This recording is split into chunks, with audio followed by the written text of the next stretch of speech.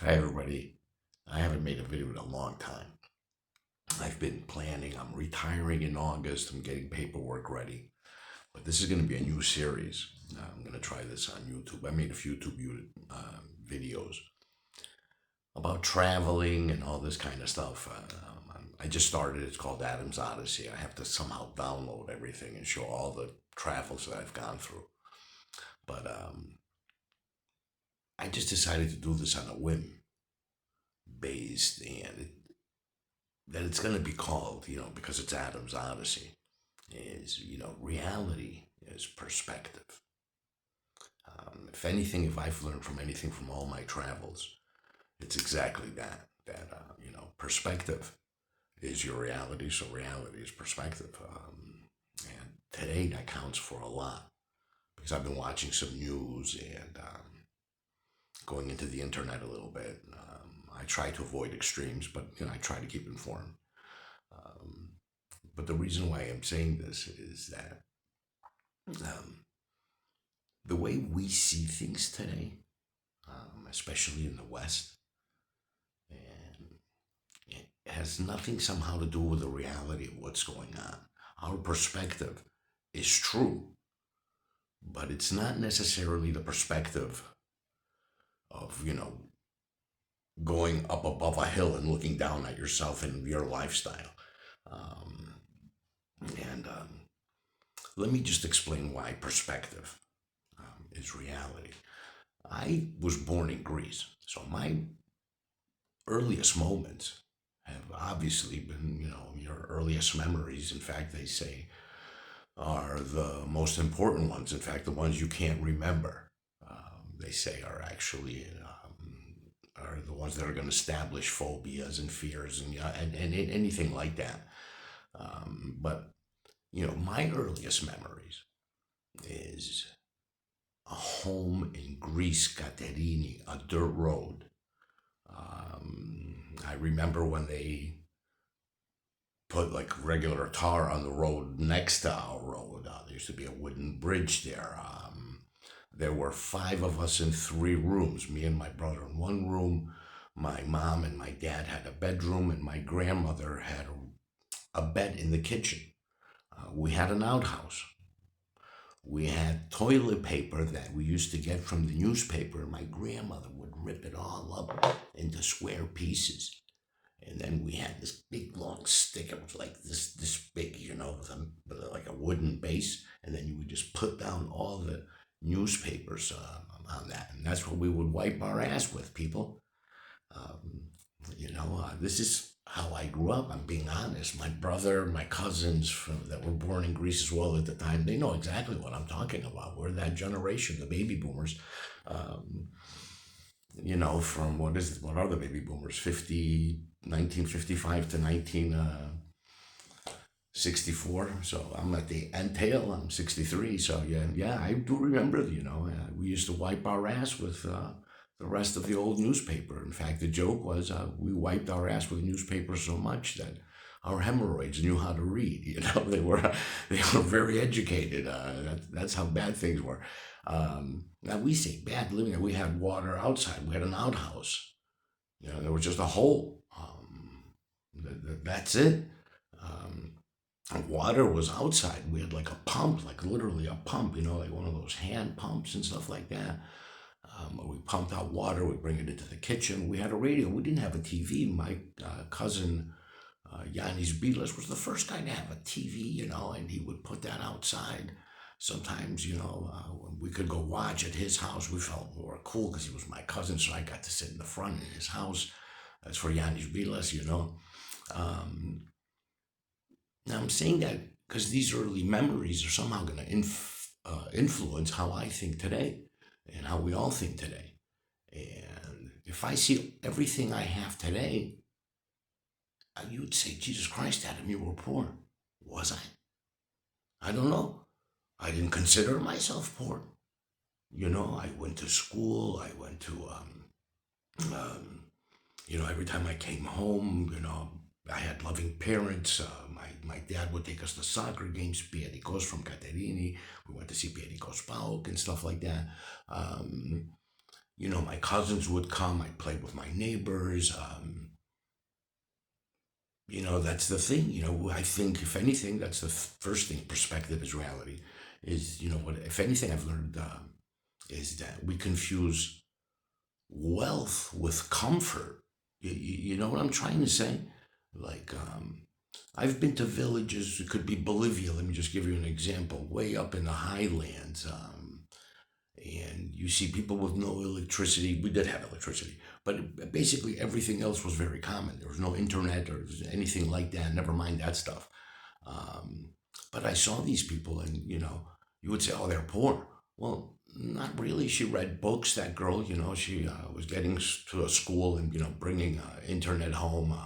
There was you could call her naive, maybe, but I don't even think she was naive. She only got internet when she went to the bigger town, and she could see how Westerners live and stuff like that. But she didn't go hungry. She would go out and they would get chickens. They would get their eggs. They had milk. They had wheat. They had everything from that point of view. But they did have an outhouse. They did have so. She didn't have a washing machine. She used to wash the clothes herself.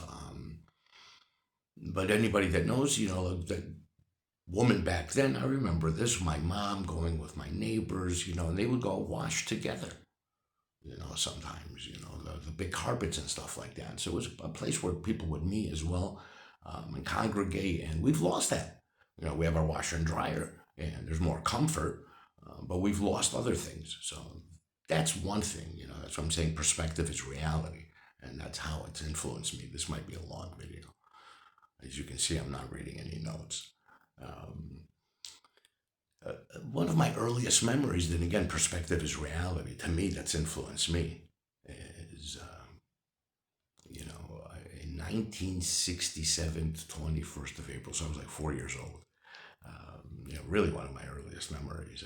The Greek military government took over, and they came into my city on the 20, basically even in my city on the 21st. The tanks came out and stuff like that in the middle of the street in Caterini, and the military police were everywhere, and they came and took my favorite uncle. This is true. My uncle lived two houses down. He didn't have any kids. He spoiled the shit out of me. Um, they let him out of, but he was arrested as a communist in 1967 on the 22nd of April, and he didn't get out until 1969. So he was in there for 2 years in exile on an island, tortured. Not a good story. Um, but for me, as a 40-year-old, all I knew was I didn't know what the hell a communist was. I, you know, all I knew was he was my hero. The guy would always give me money. He'd give me money, and my brother and we would go down to the cinema and, watch movies. And if I didn't like anything that my mom had cooked, I would just run over to my Theo, my uncle, and he would fry like really fast, like potatoes. Which kid doesn't like French fries? My mom hated it, but he couldn't say no. That was always his joke to my mom. He goes, "Dimbo the boy," because I can't say no to the kid. Um, but yeah, he spoiled me. So I learned from that. That perspective has changed me even till today, because I'll get into that later. But you see a perspective of the enemy. How does that affect me? Yes, now it's the same thing. There's always this perceived enemy that we don't know. But on an individual level, these guys are saints. They'll take the shirt off your back. Um, so I never took politics that seriously. The titles, it actually kind of like pisses me off. We tend to put titles on people to categorize them so we can like knock them down. And I don't understand it. I find the whole thing kind of tiresome. He's a lefty, he's a righty, he's liberal, he's conservative, he's a communist, he's a, whatever. He's a, if anything, if you want to put a category on me, and I think most of us are like that, or we should be like that, and not everybody is, you skeptical. That's what I am now, cynical. To turn that into cynical. I've turned into a very cynical type of a person, especially with what's going on nowadays. And I think it's healthy. um, and based on all of that kind of stuff, I did have some things here that I wanted to write. And, that growing up Greek is obviously going to be affected me my whole life. And then moving to America, it's obviously it's a different world. Let me just tell you like a funny story because I was like 69. Now I'm hearing that my parents want to go to America. My father's father was in America. My grandfather. So my father wanted to go. My mom wanted to go. My uncle, her brother, was already getting the paperwork ready to go. In fact, they were there like I think a couple of months before us. Um, and as a 6-year-old, again, perspective is reality. You just hear what the adults are talking about. And he used to say, "Oh, Cristo, everything's different in America." They would say that to my dad. And I would just listen. They're like, "Yeah, people have different colors." You might go like, "Well, what do you mean?" They're like, "Yeah, black people. Like, I never saw a black person in my life. I'm a little kid from Katerini, Greece. There was no blacks. There were blacks and yellow and red." And they would say, the Indians are red, the yellows are, Chinese and Asians, and the blacks, and you have the browns. And I'm just like, as a little kid, I'm thinking, oh my God, what kind of people are these, with different 6-year-olds doesn't know. So, that was my perspective. And I remember thinking, what if they had kids black and white? Do they become zebras or do they have polka dots, or what are the mixed colors? And, if one was like yellow and married a red guy, do they become brown or green or what the hell could happen in the combination? Because, that's the perspective of a 6, 7-year-old. That's all he knows. And then you go to America, and that's a new chapter that I'll go through. And, that changes your life. Obviously, from that perspective of life, obviously, I didn't find polka dot people. And I didn't find zebra people and stuff like that. But, yeah, I realized that, my perspective was different, my reality. So that's always influenced me. And that's why I'm saying that hopefully maybe others can relate to what I'm trying to say. I know a lot of Greek Americans that are immigrants will understand that. Um, or anybody that's had people in their family that have been, exiled or political. I should mention, if I say anything, that my mother's mother, these are refugees, My mother was born on a dirt floor. She was the youngest of 5. They had their animals in the barn right next door to keep them warm. Basically, there were 7 people in one room, people. That's how they lived. She worked on farms. Her father and mother came as refugees, homeless, living in shanty towns, like only a decade before my mom was born. So, and my mom was saying, "I'm not poor. I wasn't born. We had a cow," They had all that kind of stuff. Seeing a different perspective. They consider themselves lucky. At least my mom did in this time. I should do a story on those. Um, but going to America now, I should stop this and make a part 2. But I will continue at least my early concept of America. My cousins were there. There were 5 of us living in an apartment, only a couple of months. But this is the immigrant story, right? You get there and it was a big city. Don't forget we came from Katerini. We didn't like it at all. My dad had a cousin of the Babanikas family. He said, "Oh, it's better here in Connecticut." So we ended up in Connecticut. That's how I ended up in Connecticut. And, then we stayed at his house and he had 2 kids. So again, there were, 4 of us at that time. Staying in an apartment, and then my mom's brother, my uncle, with his 3 kids, came also over. So, I had they were like basically a little mafia kind of with all these Greek cousins. There were like let's see, 3, 5, 7 of us. 7 boys.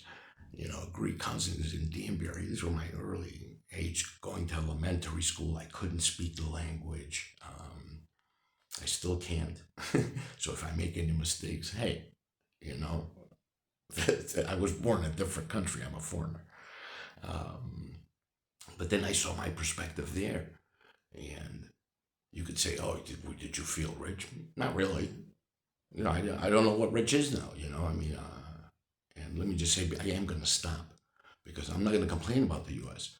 My parents worked hard. If anybody's expecting me right now to ditch the U.S., no, my parents lived the American dream.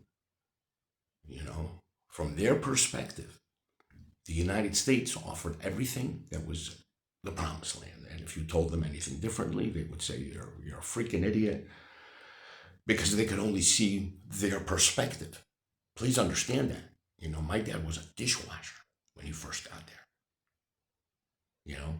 My mom worked as a seamstress next door, and then she found a factory job, at Messenger, and she would work there at full time, overtime, and then evenings she would work at Mrs. Rukia, which was a seamstress in dry pressing and cleaning. So my mom was a seamstress, so she would repair clothes, and she would, right next door to us, so she was taking care of us. My dad would work at, a company called BIM in a factory, and then he would come home and work at a diner as a dishwasher. And you're thinking, oh my God, that life sucks, right? No, that's just the way it was. We had a TV. My brother got a bicycle as a present, back then. So I learned how to ride sideways, because the crossbar.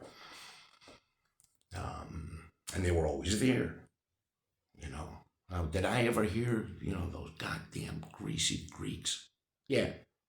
In fact, I heard it at the diner where my dad worked. I was like 9, 8. Um, but Greeks are just a very proud people. I remember telling my dad, and my dad was like, I feel sorry for them. He goes, because they have no idea that they can't. They're not even qualified to judge the Greeks. You're laughing, but that's the truth. He goes, if they knew who Greeks were, he goes, they wouldn't be saying anything like that. He goes, like we were. We had a civilization when they were still climbing trees. I'm serious. You're laughing, but I hope you're laughing at least. But that's the kind of attitude Greek immigrants had. Like, even if I'm a dishwasher, you know what? You have nothing on me, man. And my dad, mentioned him. His dad was an immigrant from America. He grew up in Greece in the worst time. My grandfather had come back from America, lost everything in the Second World War. He died of a bitter heart, as they say in the beginning. So my dad was an orphan in war times in Greece, and then the Civil War. He had lost a brother in the Civil War. My dad would tell stories of stealing chickens from the German soldiers, and he's a child of his generation and his perspective. And my father was able to own a home, be debt free within 10 years, sent his my 2 kids to college. I had just entered college before he had passed away. My brother had just graduated from college. Tell him about all the problems of America. You can't. You see how perspective? Right now we're bitching. We have that. But I think that's it for part 1. If you're interested, I'll continue with part 2. Thank you for even listening to this much. Bye, everybody.